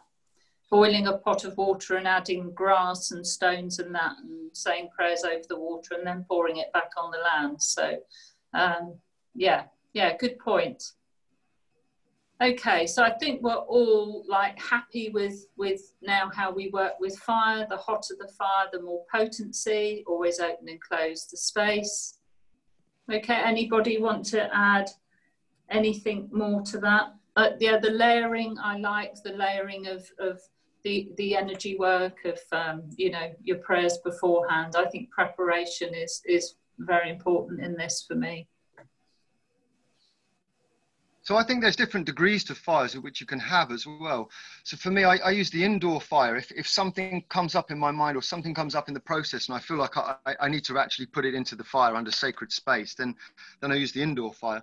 But then I use the outdoor fire with timber for, you know, the big, like the full moons or the equinox and things like that. So I think the fire can be used in many different ways. It just depends on how convenient it is for you.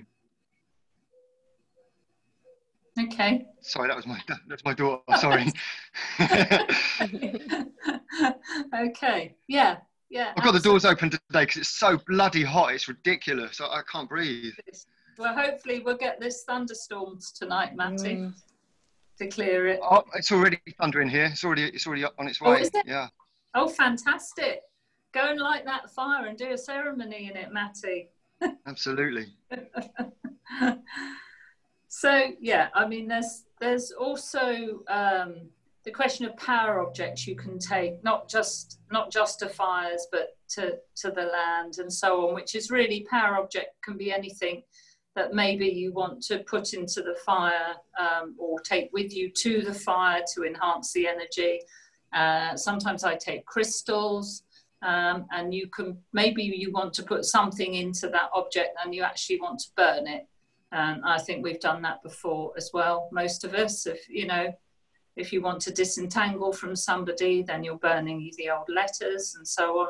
I think that's pretty cutting cords. Yeah, the disentangling. I think that's a fairly well-known practice. Okay, what time have we got? Yeah, let's move on. If you're all happy to move on, if nobody's got anything else they want to add about working with fire, there's plenty, you know, of it online as well. Let's look at water, because I love working with water too, because we are ourselves about 80% water. So water represents what? Anybody like to chip in with what water means to them before I just reel off a whole list? Emotions. Yeah, wonderful. Out of the firing into the bath, Alan says. Okay. Yes.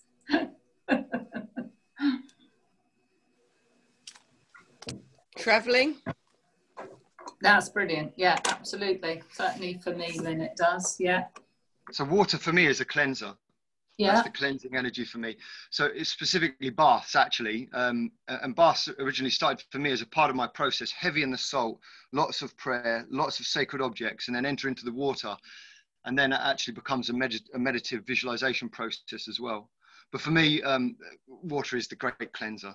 That's what I call it, my great cleanser. Certainly. No, I think no, is it Naomi? No.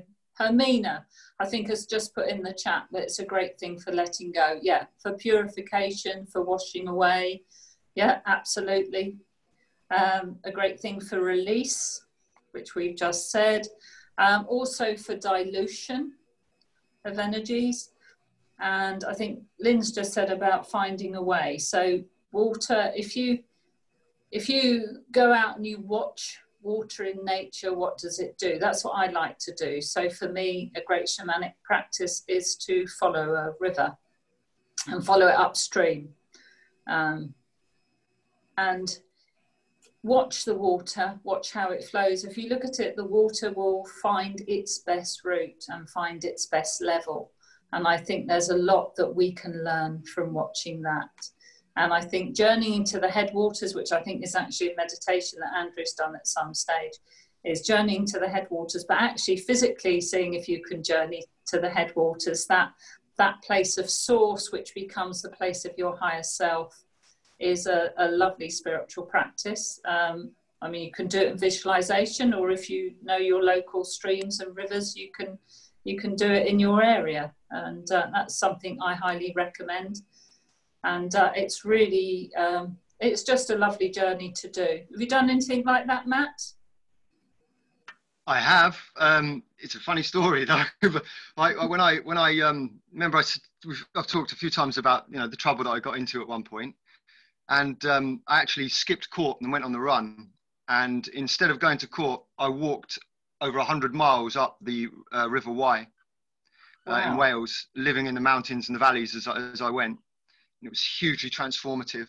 It was the first time I'd done a pilgrimage, even though I was in denial and I was in delusion. I could see why it had to happen. It was an amazing experience, one of the best things I've ever done with my life ever.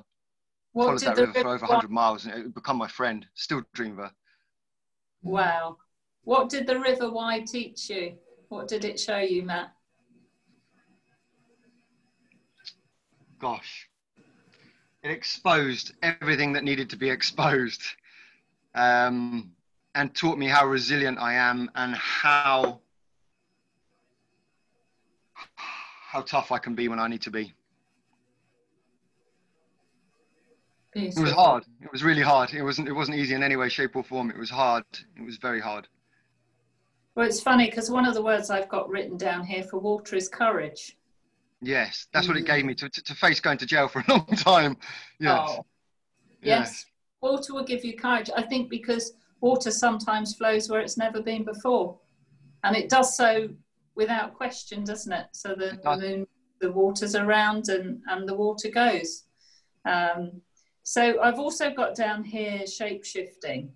Water can move and shape-shift beautifully. So to work with it for that.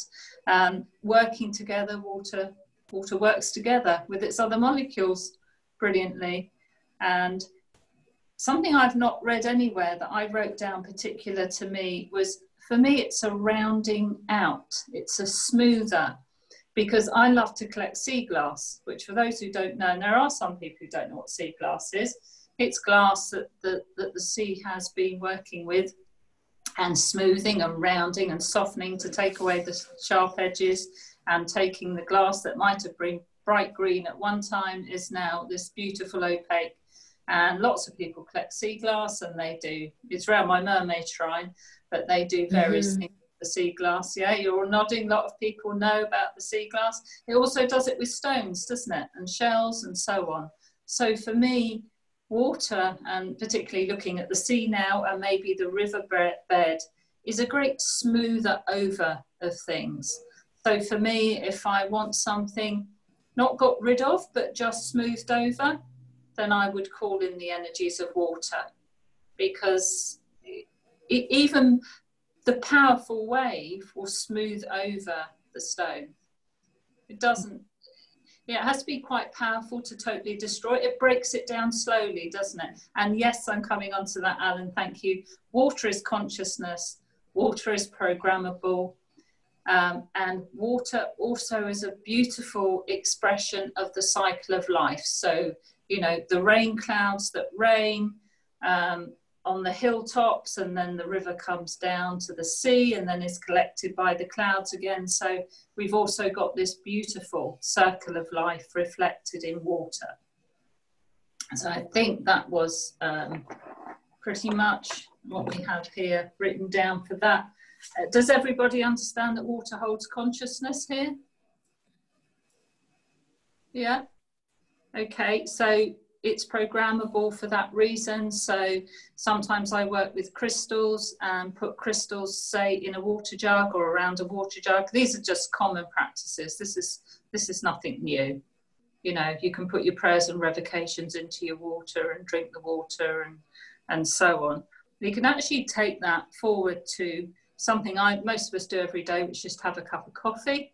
So I now have I have a ring I wear that has, or both rings, I've sort of done prayers and revocations over, and I will hold my cup of coffee before I drink it to add another layer, energetic layer once again of the prayers, not just protection, but the prayers of, you know, that this coffee is bringing me whatever it is I want out of the coffee or that drink for that day. And it also makes that coffee almost part of becoming a ritual. So thank you, Sean. That was a nice comment. So yeah, I've worked a lot on that.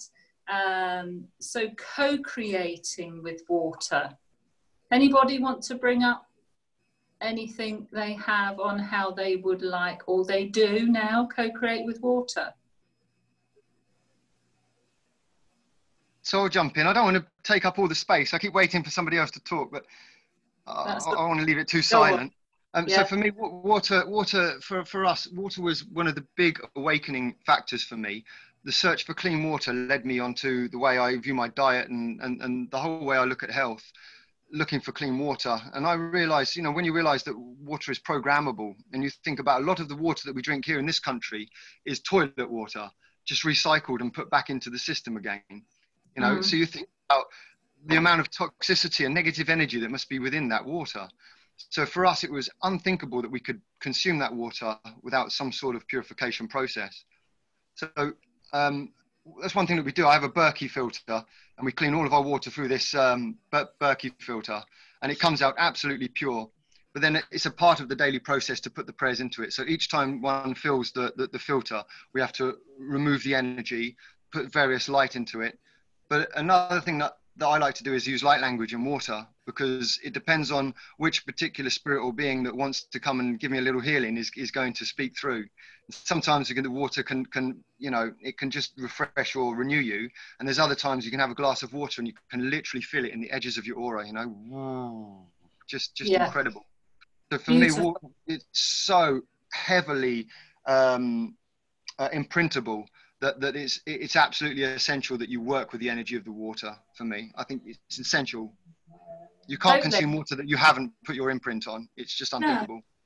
And working right back to where that water comes from. So many people don't even know where their own supply is that comes out their tap. And then looking at the route it is to your house. So exactly.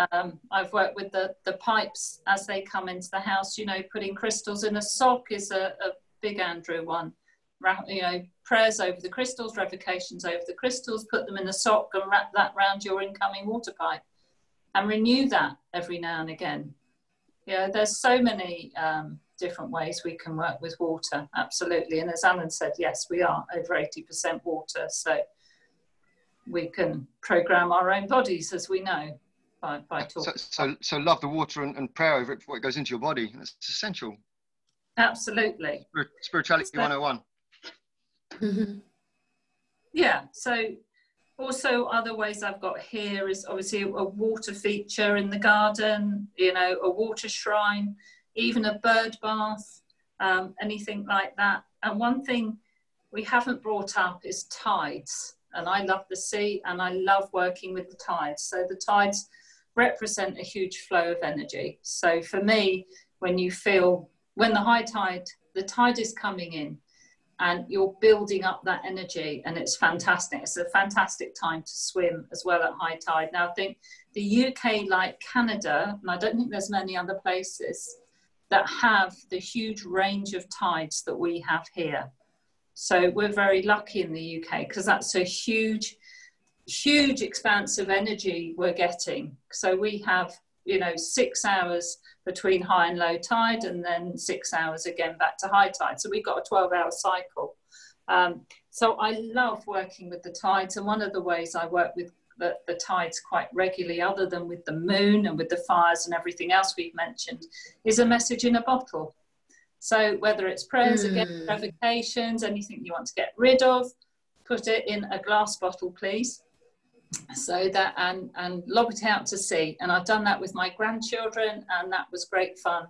And yeah, I think that's a beautiful way too of working with water. And if you want to work, make little boats with the children. We use in a pond or a bird bath, we use old walnut shells. You're working with water. You got little boats. You can make little leaf boats. Who did that as a child? I mean, who played poo sticks? You know, just add another layer of prayer or something to that, and you're starting to work with water, and it responds. It's there for you, as all the elements are. Anyone, anything they'd like to add, particularly about tides? Anybody feel particularly? Lynn, you like the sea, don't you? Yeah, I was just thinking, actually, it can also be quite destructive at times, can't it? I mean, like, you know, as we saw in Climping, you wash the land away, so it can be. And when I've worked with water before, I'm not sure if it's the same in shamanism, because, like, you know, I've come from a druidism background, but we thought of water as being in the West and associated with maturity. So I don't know whether that's the same as in shamanism or not. Yeah, it'd be great to hear the druid aspect sometime, Lynn, if you ever wanted to bring that in on a, you know, more. That's, yeah, I don't know much about druidry. I've not done that. So with water, with druidry, the direction is the West, right, and it represents autumn as a season, and right, adult or maturity in life. So you're gleaning the wisdom of the life that you've led, really. And like we say, you know, like I love what Matty was saying about the fact that he walked the River Wye in Wales, and it taught him so much, because to me that is water as well, and it rounds you off, and it's like you say, it smooths off the edges. It's all those bits really put into one. Yeah, thank you for that. Laura, just coming in here on water, I found out this week that some of my ancestors, who are called Stevensons, they built 90 lighthouses around Scotland. And this is back in the 19th century. And I think of all the elements you've been discussing, I think I've always been attracted to water. I mean, my star sign's Cancer. I don't know if that's part of it as well.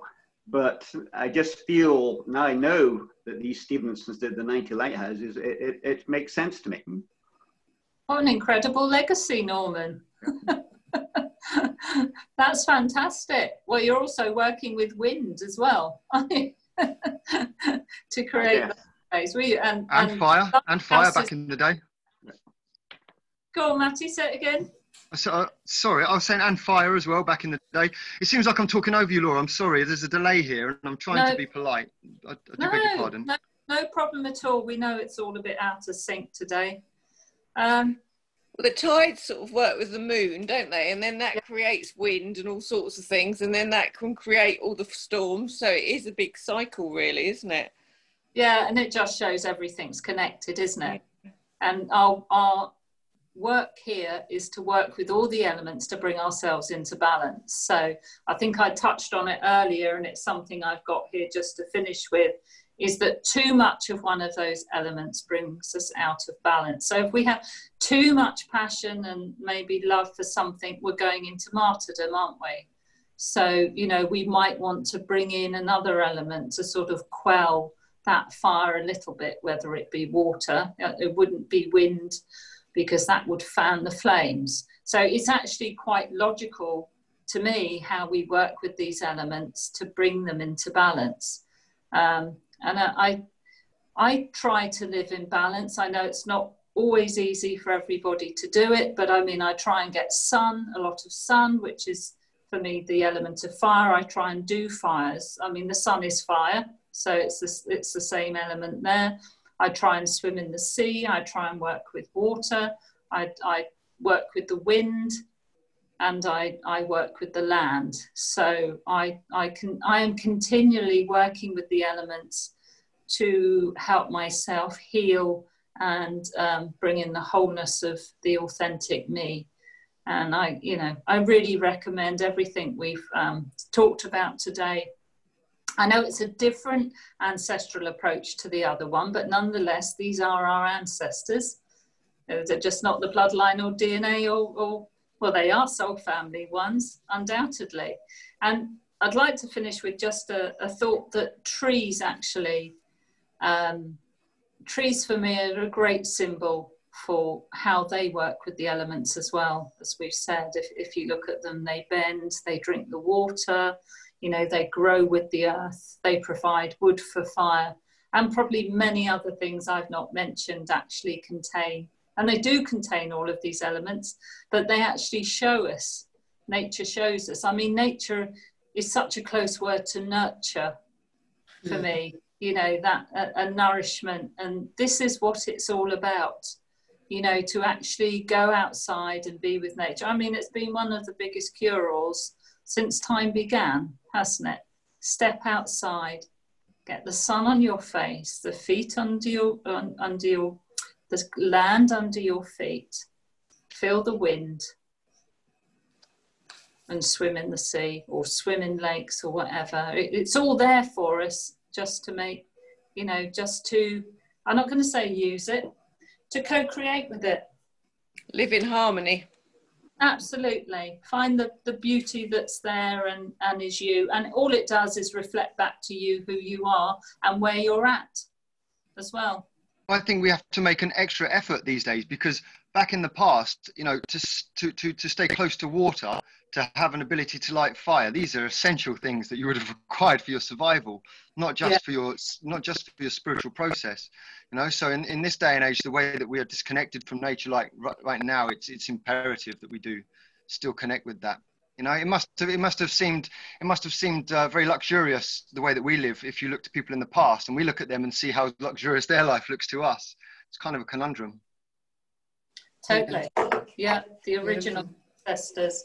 And I think also looking at the excesses of each of those, as I've said, or the deficiencies, the lack of, that we have, you know, and we can pinpoint those by our actions. You know, as I said, it might be the martyrdom is too much passion about something, or over emotional. You're working maybe too much with water, because water is emotion. So you might want to do some more grounding. I mean, read up on the elements, find out how they work with you, how best you connect, and how you can co-create with them to bring that balance into your life. You know, they're wonderful assets. They are us, you know, just like our ancestors. Thank you, Lana. Yeah, it was a lovely discussion. So the water that we drink today is the same water that flowed through the bodies of our ancestors. That's a fact. Yeah. And the air we breathe has been breathed by everybody. All the air that's here has always been in existence. I mean, that's huge, isn't it? When you think you are breathing the air of your ancestors, I mean, I just love that. I mean, you know, the sun shone from them and the wind blew. And also, Laura, can I just chime in just for one moment? Yeah, sure. Matt said that we disconnected. In my point of view, that I think what COVID or what this season showed us is that we actually very well connected, because everyone's, I would say, first instinct, if you will, was to go out to nature. Yeah. So I feel that we are much more connected. And remember that if you are at home and you don't want to go out, whoever is watching this, because obviously somebody will be watching this in the future, just open a tap and put your hand on it. You don't need to cramp, you don't need to do anything. All you have to do is just just stand or sit and ask the earth to heal you. Or you put your hand under the water, or there might be some kind of element in your home that you can touch, because it was all created with energy. Could be just a little stone, could be just a crystal, could be a carrot, could be a beetroot, could be a pineapple. Okay, they all have energies. So if you're stuck at home and you're thinking, oh, I don't know, if you connect or if you just touch, okay, that will give you that connection if you feel disconnected, and that might be able to move this energy through you, that you will be actually go outside. So if you feel disconnected, there are baby steps you can do to get you outside. And obviously, I think now what I have seen, what I was aware of, that people are even more connected. People are even, like obviously they want to go outside, like as we experienced it. Yeah. So I think it's fundamental that they understand, or they know that they are aware. There's no magic, there's no secrets, because the universe is in us, and we are in the universe. So really, just touch anything and just ask the earth to heal. I have something huge happened to me on Sunday. I'm not going to go into it now. It's on my blog. Everybody can read it, and it's incredible. I was just at awe what nature and the elements can create. That's brilliant, and you're a living example of that, Andrea. So thank you for that. So yeah, I think always end up somewhere. I just want to say something. I just want to really, really, really thank you, Laura, for this tremendously comprehensive compilation of talking about those elements, giving us all those amazing little revocations, invocations, and all these examples and tools, so that we can actually, who's never done it, or there was so much, it was content packed, so there's definitely something in it for all of us to apply and actually work with the ceremonies along those lines. So thank you very much. Thank you, Martina. That's appreciated. So I found this precognitive gardener's invocation, the reseeding of peace. So why don't we end on this, and we'll put this up on the Earth Nouveau website for everybody. So as I say, particularly relevant for the new Lionsgate energies now. So precognitive gardener's invocation, the reseeding of peace.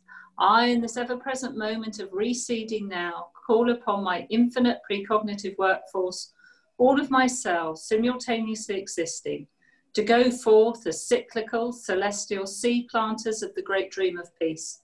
I direct you now to take 10 million seeds each and spread them throughout all dimensions, time streams, galaxies, and universes in which I simultaneously exist, with the purpose of creating a grand celestial reseeding of this planet and all celestial places that need the encoded grace, beauty, wisdom, balance, sacredness, and neutrality, who need the inspiration, creation, co-creation, regeneration in non-competition, non-hierarchical order that is infinitely within these seeds. I send my precognitive workforce far and wide to the outer reaches of all celestial places, who are soil tired of systems of domination and control, tired of pesticides and chemical trails and pollution and weather control, tired of the misuse and abuse of their lands and the poisoning of their waters, tired of artificial and unnatural methods of creation, those places that have the longing and urge to return to equal co-creation using the natural ways of their celestial world. Precogs, I give you instructions to till the celestial soil and land in the celestial spring, so the seeds may be planted deep and secure. Take your hoes and rakes, put on your green front-pocketed aprons carrying your celestial gardener's tools and string. Buckle your deep bottomless seed pouches to your belts. Don your Wellington boots and wheel your barrels of unconditional love to all those places with the pure intent of the reseeding of the unadulterated seeds of truth that carry the legacy of truth of these places deep within. These seeds carry the first relevant codes of the roar of the lion at Lionsgate, that initial second of the roar that contains all the power, wisdom, and encoding of the new light of creation. These are Lionsgate seeds. These are seeds of the new life forms that will regenerate life into all places in need of inspiration and creation. For the old seeds of the system have rotted. Their great plans have gone to seed and their soil is contaminated, parched, eroded and thin from overuse by their endless unforgiving drive to enforce beings to conform against their natural order. The system's forced evolutionary gardening of regulation, over-discipline, suppression, squashing, over-pruning and controlling has created stunted growths because they have limited resources of nourishment and energy to sustain them through these times of great change. All precognitive workforce gardeners are to maintain the seed's welfare throughout the celestial summer with natural celestial fertilizers and alchemized waters, carrying the messages of the great dream of peace. Plant these seeds in all places, in the great celestial oceans and forests. On Mother Earth, reseed the great coral reefs of our oceans, the great rivers and grasslands. Reseed the trees with renewed wisdom. Reseed the areas of poverty with seeds of abundance, the areas of pollution with seeds of cleansing, the areas of overuse with seeds of nourishment, the areas of destruction with seeds of renewal, the areas of grief and loss with seeds of unconditional love, the areas of despair with seeds of inspiration and creation, the areas of conformity and slavery with seeds of freedom and sovereignty, and the areas of war with seeds of peace. Reseed the truth of the Akashic record of events, so the system cannot create time warps and Mandela effects. Reseed the great dreaming mind of Earth in the garden of rejuvenation of dream space, with the seeds of the great willow, Earth's dreamtime teacher. Reseed the waterfalls, lakes and streams and brooks of the garden so they can babble with the great messages of peace. Reseed the dreamtime soil with new flowers and bushes of every hue, and the beautiful perfume of peace in their pollen. So all celestial birds and bees, butterflies and dragonflies can visit and feel the inspiration and rejuvenation they bring, and tend their growth with love and care and words of wisdom, with revocations and prayers. Tell these growing seeds the great stories of their ancestors. When they are ripe and ready in the celestial autumn, harvest them and return their goodness back to the land upon which they have grown, and also share with all celestial places, so all places that are in need may share in the harvest. And in the celestial winter tend the soil, so the following spring the land will once again be ready to receive more seeds of regeneration of new life. During the celestial winter, create celestial potting sheds to tend seedlings, store our beautiful seeds, store tools of peace, and sit in broken wooden chairs and old deck chairs around log burners and share flasks of hot soup and tea while making plans for the next year's planting and growing and yielding and reaping and sharing. For we will all be doing this again and again and again. Use these sheds as great dreamtime lodges of the peacemakers and peacekeepers' creation, as portals of peace, as hubs of interconnectivity between your celestial precognitive gardeners who plant past, present and future seeds, and tell the great stories of the time of the great reseeding of all dimensions, time streams, galaxies and universes, in which we exist in this time of the great remembering, in which we took seeds of renewal and rejuvenation of the codes of the new earth, of unconditional love in need, and a never-ending story of the receding of peace. Aho. Aho. Thank you. Powerful. Powerful. Thank you. Wonderful. Thank you. Thank you, everybody. Really Thank lovely you. to talk and share with you all. And I think a cold shower is needed here. It's excessive. Well It's done. ridiculous. Amazing. Wonderful. Amazing. Brilliant. Thank you, guys. The Thank recording. you. And the Bye. Ciao, Bye, bella. guys. Thank The recording is you. going to go onto the website. Yeah. And the lovely writing of Laura, yeah? So you can get Yeah. Thank you. Thank you. Very much. Bye. guys. Bye. Thanks, everyone. Bye. Bye. Bye.